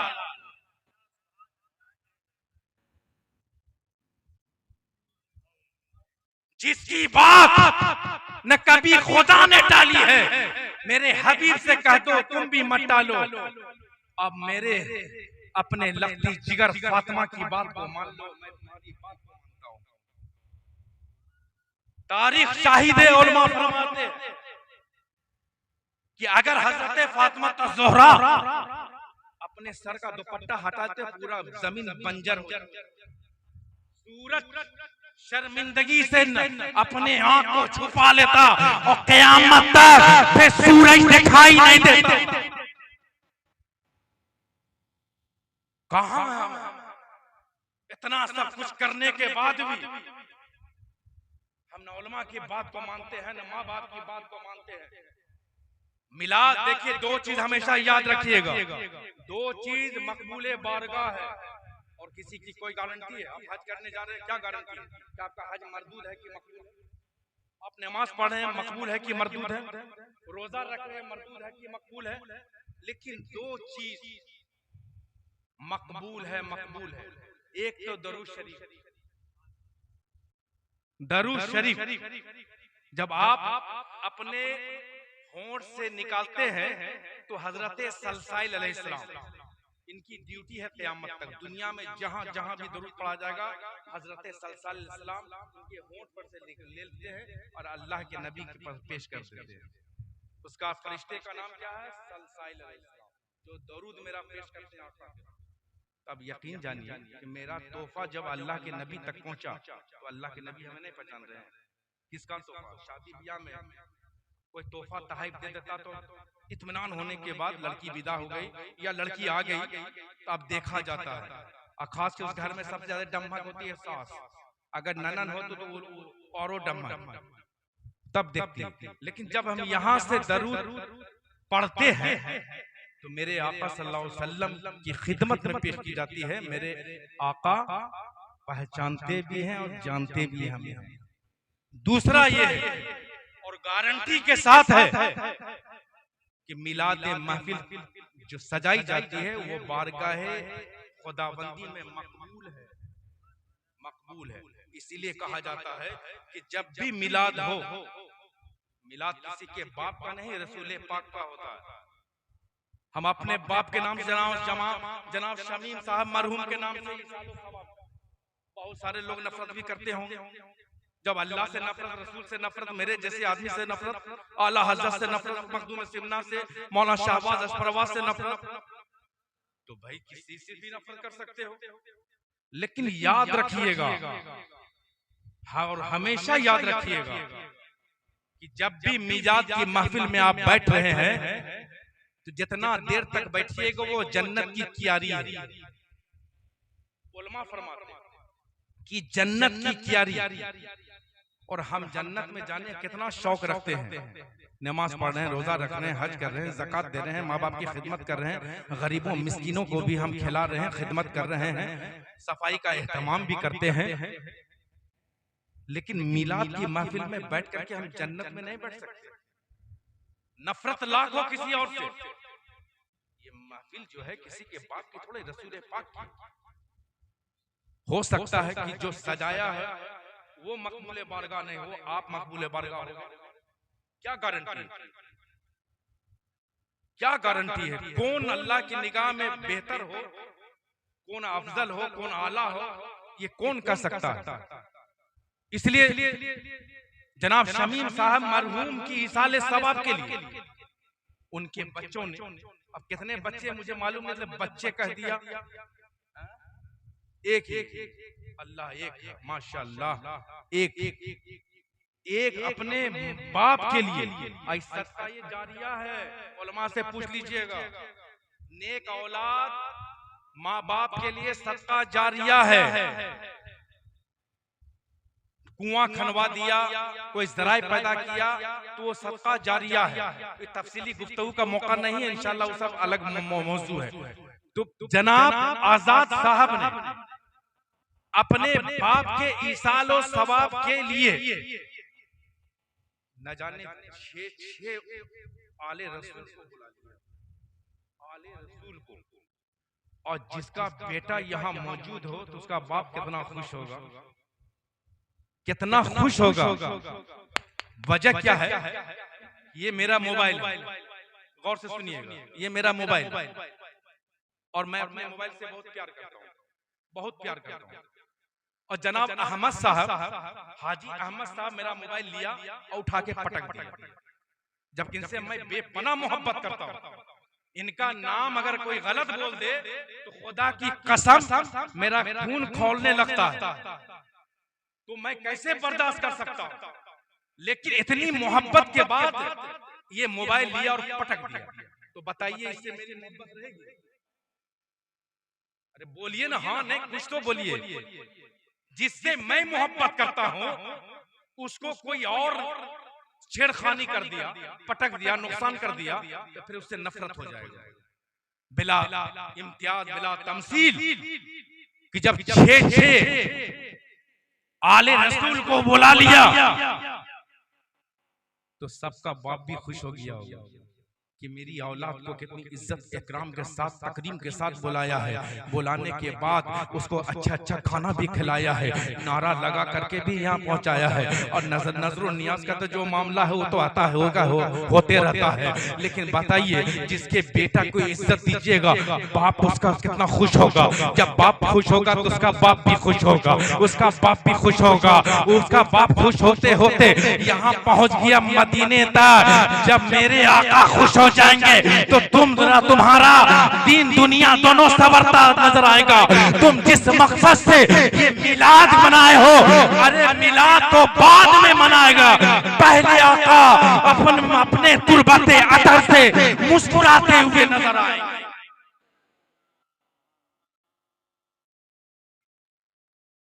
तुरबते अतर से मुस्कुराते हुए आ जाए। लेकिन याद रखिएगा, मैं ज्यादा देर तक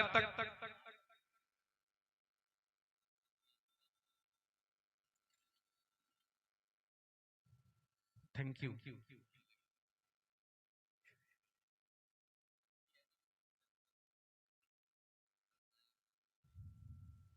एक बार दुरूद शरीफ पढ़ लीजिए। अल्लाहुम्मा सल्ली अला सय्यदना व मौलाना मुहम्मदिन बारिक व सल्लिम सलातु व सलाम अलैका सल्लल्लाहु तआला अलैहि वसल्लम।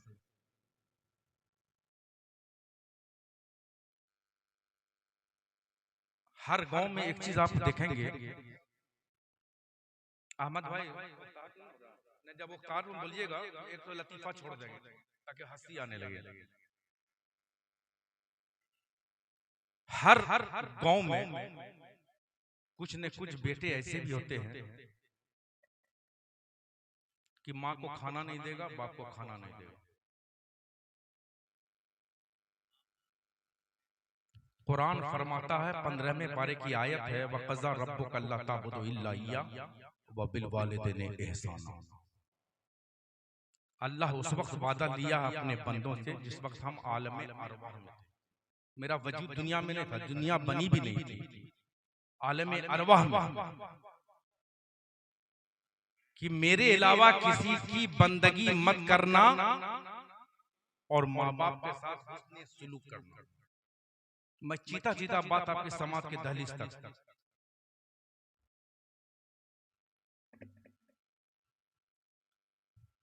चीता चीता बात मैं आपके समाज के दहलीज तक पहुंचाने की कोशिश कर रहा हूं। लेकिन हैरत बात यह है कि औलाद कैसी औलाद है, जब माँ और बाप जब बूढ़ा हो जाता है तो उसका खांसी भी उसको बुरा लगने लगता है। और अगर हुस्न इत्तेफाक बीवी अगर डमहक आ गई, गड़बड़ अगर आ गई, तो झोपड़ी में माई बाप को रख देगा और ये एसी में सोएगा। दो चीज याद रख लो नौजवानों, कुमारे हो वो भी सुन लो, शादीशुदा वो भी सुन लो। फिर कभी दावत दीजिएगा तो ठीक है, नहीं दीजिएगा तो कोई बात नहीं। दो इंसान, एक तो नबी का गुस्ताख उस वक्त तक नहीं मरेगा जब तक जलील ख्वार नहीं होगा। दूसरा, माँ बाप को सताने वाला उस वक्त तक नहीं मरेगा जब तक उसकी औलाद उसके साथ वही हश्र न करे, तब तक अल्लाह उसे मौत नहीं देगा। अगर आपके साथ आपने ऐसा किया, कौन किया नहीं किया मैं नहीं जानता हूं, लेकिन एक बात याद रख लीजिएगा, अगर माँ बाप हयात में है तो माँ बाप का कदम चूम लो, मोहब्बत से देख लो, मकबूल हज का सवाब तुमको मिल जाएगा। हज की कोई गारंटी नहीं कि आप 5-7 लाख 10 लाख रुपया खर्च करके गए हो और आपका हज मकबूल हुआ कि मरदूद हुआ, क्या गारंटी है? किसी के पास पैमाना तो है नहीं, किसी के पास पैमाना, लेकिन माँ को बाप को अगर आप मोहब्बत से देख लिया तो मकबूल हज का गारंटी है। हम घर बैठे हम कैसे हम हज मेरे घर में, गौस मेरे घर में, मखदूम मेरे घर में, अब्दाल मेरे घर में, अवदाल मेरे घर में, और हम इधर उधर ढूंढ रहे हैं। कभी ये मजार पर जा रहे हैं, कभी ये मजार पर जा रहे हैं, ये मजार ये मजार ये मजार ये मजार। मेरी माँ बुबू की पड़ी है, इलाज के लिए परेशान है। मेरा बाप भूखा मरा पड़ा हुआ है, इलाज के लिए परेशान है। अरे सुनो सुनो, दुनिया के तमाम गौस, तमाम अब्दाल, तमाम अवदाल, तमाम नकवा, तमाम ख्वाजा एक होकर के भी एक माँ बाप का मुकाबला नहीं कर सकता। एक माँ बाप का मुकाबला नहीं कर सकता। नबी ने फरमाया, उस पर मेरा अमल है, यकीन है, अकीदा है, वरना नबी के बात पर जो मुनहरिफ हुआ तो चला गया इधर उधर। चूंकि सहाबे कराम अली की बात हो रही थी, मैं माँ बाप आपको मैं यही बता दिया कि जितनी तकरीरें हुई मैं कोट कर दूंगा। अली के नजर से नहीं बल्कि मुस्तफा के असर से सहाबे कराम बनते हैं। नजर उमर सोए नजर गई, नजर सोए उमर गई, जब पड़ी निगाहे मुस्तफा तो जिंदगी सबर गई। आखिरी मारूजात माँ के ऊपर मैं बोल करके जा रहा हूं। अगर मेरी आवाज बिस्तर पर बगैर लेटा हुई औलाद है तो आज से माँ बाप हयात में है तो उससे माफी मांग लो, वरना याद रख लेना मरने के बाद तो बहुत दूर की बात, उस वक्त तक तो मौत नहीं आए जब तक तुम्हारी औलाद तुम्हारे साथ यह हश्र न कर दे। अगर माँ बाप का इंतकाल हो गया है तो उलमा सूफिया फरमाते हैं कि आप जुमा के दिन जुमा की नमाज पढ़िए, अब घर नहीं जाके कब्रिस्तान चले जाइए। अगर आप जाहिल भी हो तो कोई बात नहीं, मोहब्बत से माँ बाप के कब्र की मट्टी को देखिएगा। जब देखोगे माँ बाप के कब्र की मट्टी तो अल्लाह तबारक तआला उसके दर्जात को बुलंद करेगा। जब अल्लाह ताला उसके दर्जात को बुलंद करेगा तो वो साहिब कब्र जो लेटा है, ए मेरे परवरदिगार आखिर मेरे दर्जात क्यों बुलंद हो गए, मुझे मेरी जन्नत में कैसे मैं पहुंच गया। तो अल्लाह तबारक तआला इरशाद फरमाएगा तुम्हारा बेटा आया था और वो मोहब्बत से ये देखा है, इसलिए मैंने उसकी मोहब्बत की बरकत से मैंने तुम्हारे दर्जात को बुलंद कर दिया है। अगर वो जहन्नम में है तो जन्नत में डाल देगा, जन्नत में है तो दर्जात बुलंद कर देगा। अरे वो माँ है जिसने कभी औलाद को कभी उसके चेहरे पर कभी पसमुर्दगी देखा नहीं है, वो माँ है, वो बाप है। अरे आप हजरत मूसा अलैहिस्सलाम, हजरत मूसा अलैहिस्सलाम जब भी कोई दूर पर जाते थे अल्लाह से हम कलाम होने के लिए, वो रात में जाते थे, वो दिन में जाते थे, बियाबान होते हुए जाते थे, लेकिन एकदम जब कलाम करने के लिए जब हजरत मूसा अल्लाह के पास जाते हैं, वही दूर पर जाते हैं, हजरत मूसा का पांव स्लिप कर जाता है, फिसल जाता है। फिसलने के बाद अल्लाह की रहमतों ने कहा ऐ मूसा अब जरा संभल के मेरी बारगाह में आया करो। हजरत मूसा ने कहा मेरे मालिक मौला आज तक मैं जब भी आया, रात में आया तूने हमसे कलाम किया, दिन में आया तूने मुझसे कलाम किया, जिस वक्त भी आया सेहरा बियाबान होके आया तूने मुझसे कलाम किया, लेकिन आज वजह क्या है मेरे मौला जो आज तेरी रहमत ने कहा कि मौसा संभल के आया करो। तो अल्लाह की रहमत ने जवाब दिया ए मूसा जब मेरी बारगाह में आता था तेरे पीछे तेरी माँ तेरी सलामती की दुआ करती थी। ए मूसा अब वो सलामती वाला हाथ नहीं रहे, तुम्हारी माँ का इंतकाल हो गया है, इसलिए मेरी बारगाह में जब भी आया करो तो जरा संभल के आया करो। ये मूसा अलैहिस्सलाम है, अल्लाह से अर्ज गुजार होते हैं ए मेरे परवरदिगार मेरा जन्नत में रफी कौन बनेगा, मेरा जन्नत में साथी कौन बनेगा। बनेगा। तो अल्लाह की रहमतों ने जवाब दिया, फला मोहल्ले का एक कसाब तुम्हारा जन्नत में साथी बनेगा।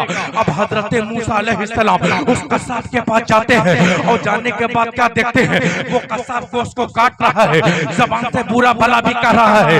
हजरत मूसा अलैहिस्सलाम सोचने पर मजबूर हो गए, ये कैसा इंसान है, इस जन्नत में एक पैगंबर के साथ जाएगा, मुंह से गालियां बक रहा है, बुरा भला कर रहा है। जब गोश्त फरोख्त करने के बाद हजरत मूसा ने कहा, एक कसाब मैं तुम्हारा मेहमान हो। उसने कहा बैठिए। जब गोश्त को फरोख्त कर दिया तो हजरत मूसा को कहता है अब घर चलिए। अब घर चलने के बाद हजरत मूसा घर जाते हैं। हजरत मूसा अलैहिस्सलाम को भूख लगती है। अब वो बावर्ची खाना में जाता है, वो खाना बनाता है। वो कसाब खाना बनाने के बाद में वो प्लेट में खाना परोसता है। परोसने के बाद में जब खाना लेके आता है तो हजरत मूसा अलैहिस्सलाम ने सोचा क्या मुझे खाने के लिए कहेगा, लेकिन वो कसाब कहता है आप बैठिए, पहले मेरी बूढ़ी माँ खाएगी, पहले मेरी बूढ़ी माँ खाएगी। मुंह बड़ी माँ बहुत ज़ईफा हो चुकी थी, नहीं वो नातवा हो चुकी थी।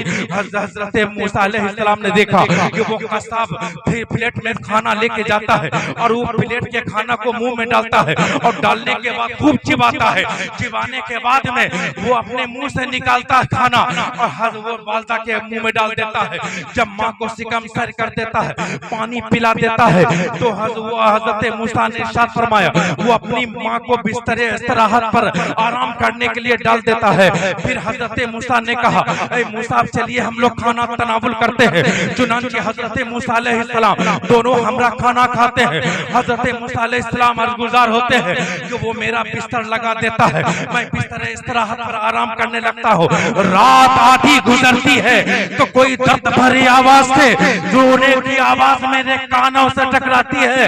मैं उठ करके बैठ जाता हूँ, मैं उठ जाता हूँ क्या कि दर्द भरी आवाज से कौन रो रहा है। हजरत मूसा अलैहिस्सलाम ने अर्ज़ किया कि रोने की जिधर से आवाज आ रही थी मैं उसी तरफ किया तो कोई और नहीं रो रहा था बल्कि वो बूढ़ी माँ अपने पेशानी को सजदे में रख के रो रही है और अर्ज कर रही है ए मेरे परवरदिगार, मेरा बेटा अगरचे गुनहगार है, मेरे मौला मेरा बेटा अगरचे सियाकार है, मेरे पालनहार मेरा बेटा अगरचे सियाशुआर है, मौला मेरे बेटे के गुनाहों को न देख, मेरे बेटे के सियाशुआरी को न देख, मेरे बेटे के खता को न देख। मौला मेरा बेटा मेरी खिदमत करता है और इस खिदमत का सिला ये दे दे कि मूसा को जन्नत में, मूसा का जन्नत में साथी बना दे, मूसा का जन्नत में साथी बना दे।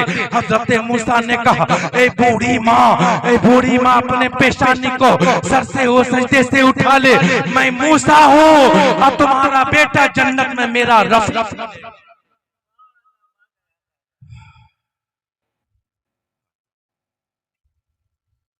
4 बजे तक कहा गया था, लेकिन ज्यादा समय खराशी का सबब नहीं बनूंगा, वरना सुबह में अगर हमको माइक देगा तो दूसरे दिन सुबह तक इंशाल्लाह बोलता रहूंगा।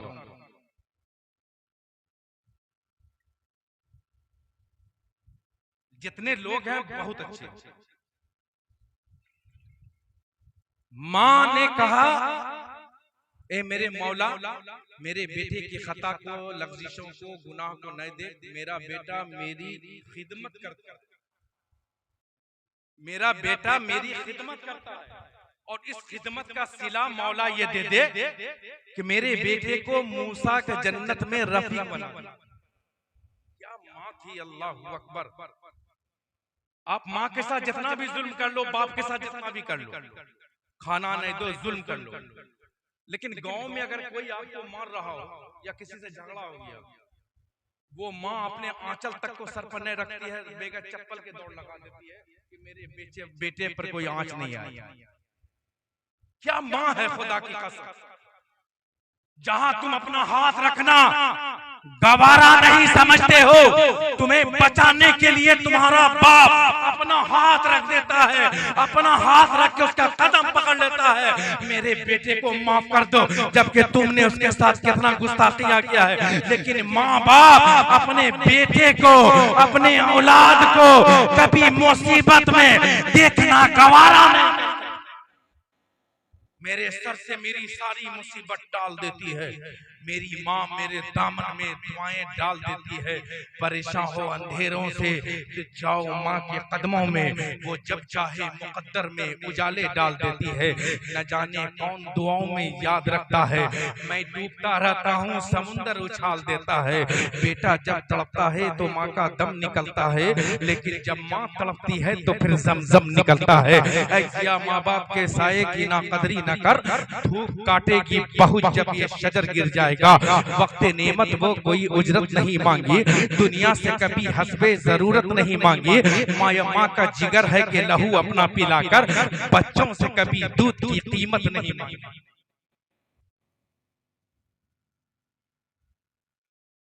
जितना दिया हूं उसको ले लीजिए, जाय नहीं होना चाहिए,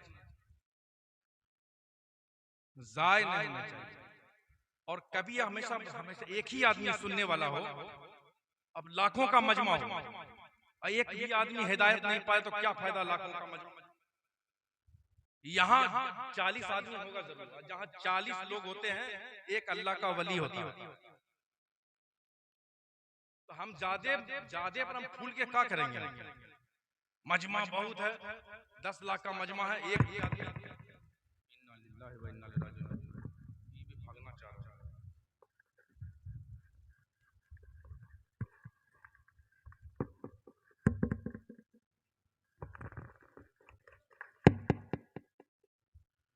बंदरी वही नशा सल्लल्लाहु अलैहि नबी उम्मी वालेहि सल्लल्लाहु अलैहि वसल्लम सलातो व सलाम अलैहि या रसूलुल्लाह सल्लल्लाहु तआला अलैहि वसल्लम।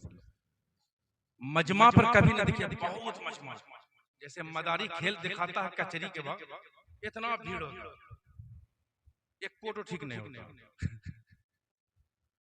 अच्छा डॉक्टर के पास एक आदमी होता है, वो ठीक हो जाता है। इसलिए ज्यादा मजमा नहीं। आले रसूल आपके मोहल्ले में आ गए हैं, बस ये समझ लीजिए कि जहाँ आले रसूल का कदम पड़ गया, जहाँ हुज्जाज किराम का कदम पड़ जाता है, नेक सालिहीन लोगों का कदम पड़ जाता है, यकीन जानिए कि वो महफिल बारगाह इज़्ज़ी में शर्फ़े क़बूल रहता है। दोनों जहाँ की हाथ में दौलत लिए हुए आए हुजूर फर्श पे रहमत लिए हुए। अल्लाह मेरे घर में तू हर रोज भेजना, मेहमान घर में आते हैं बरकत लिए हुए। अब माँ बाप की दुआएं मेरे साथ साथ है, मैं फिर रहा हूँ हाथ में जन्नत लिए हुए, मैं फिर रहा हूँ हाथ में जन्नत लिए हुए। बाहर का आप लोग बहुत बेहतरीन समात हैं, और जितनी बात मैं आपके समाज के दहलीज तक रख चुका हूं, कोशिश कीजिएगा कि उसे अमली जामा पहनाने का। और अभी जाके सोइएगा नहीं, हाफी ले रहे, हाफी लीजिए जब भी तो बायां हाथ रख दीजिए, वरना फालिज मारने का डर होता है। हाफी जब भी आए तो बायां हाथ रख लिए, वरना फालिज लकवा मारने का डर होता है। हाफी जब भी आए जी दांत से नीचे वाला होंठ को दबा दीजिए, शैतान की वजह से होता है हाफी। बहरहाल मैं बड़ी रिक्वेस्ट करूंगा ताकि मुझे भी सवाब मिल जाए, माँ बहन बेटियां भी सुन रही होगी। अज़ान का वक्त करीब है, फजर की अज़ान हो, इमाम साहब की इक्तिदा में आप लोग बाद जमात नमाज पढ़ लीजिएगा। जब बाद जमात नमाज पढ़िएगा तो फिर अल्लाह और उसका रसूल कितना खुश होगा। मेरा आना भी हुजूर साहिब सज्जादा का यहाँ आना भी कबूल है, वरना अगर आप अमल नहीं कीजिएगा तो क्या फायदा है? कोई फायदा है? अब बड़े बड़े हस्ती को बुला लिया, अमल नहीं किया, इज्जत नहीं किया, तौकीर नहीं किया, क्या फायदा? बाहर कर जितनी बातें मैं आपकी समाज के दहलीज तक रख चुका हूं, आप उस पर अमल करेंगे। बोलने में हमको कुछ नहीं, हम तो शुरू कर देंगे। तो अरमान कादरी साहब इजाजत है, आप लोग सुनेंगे, अज़ान तक सुनेंगे।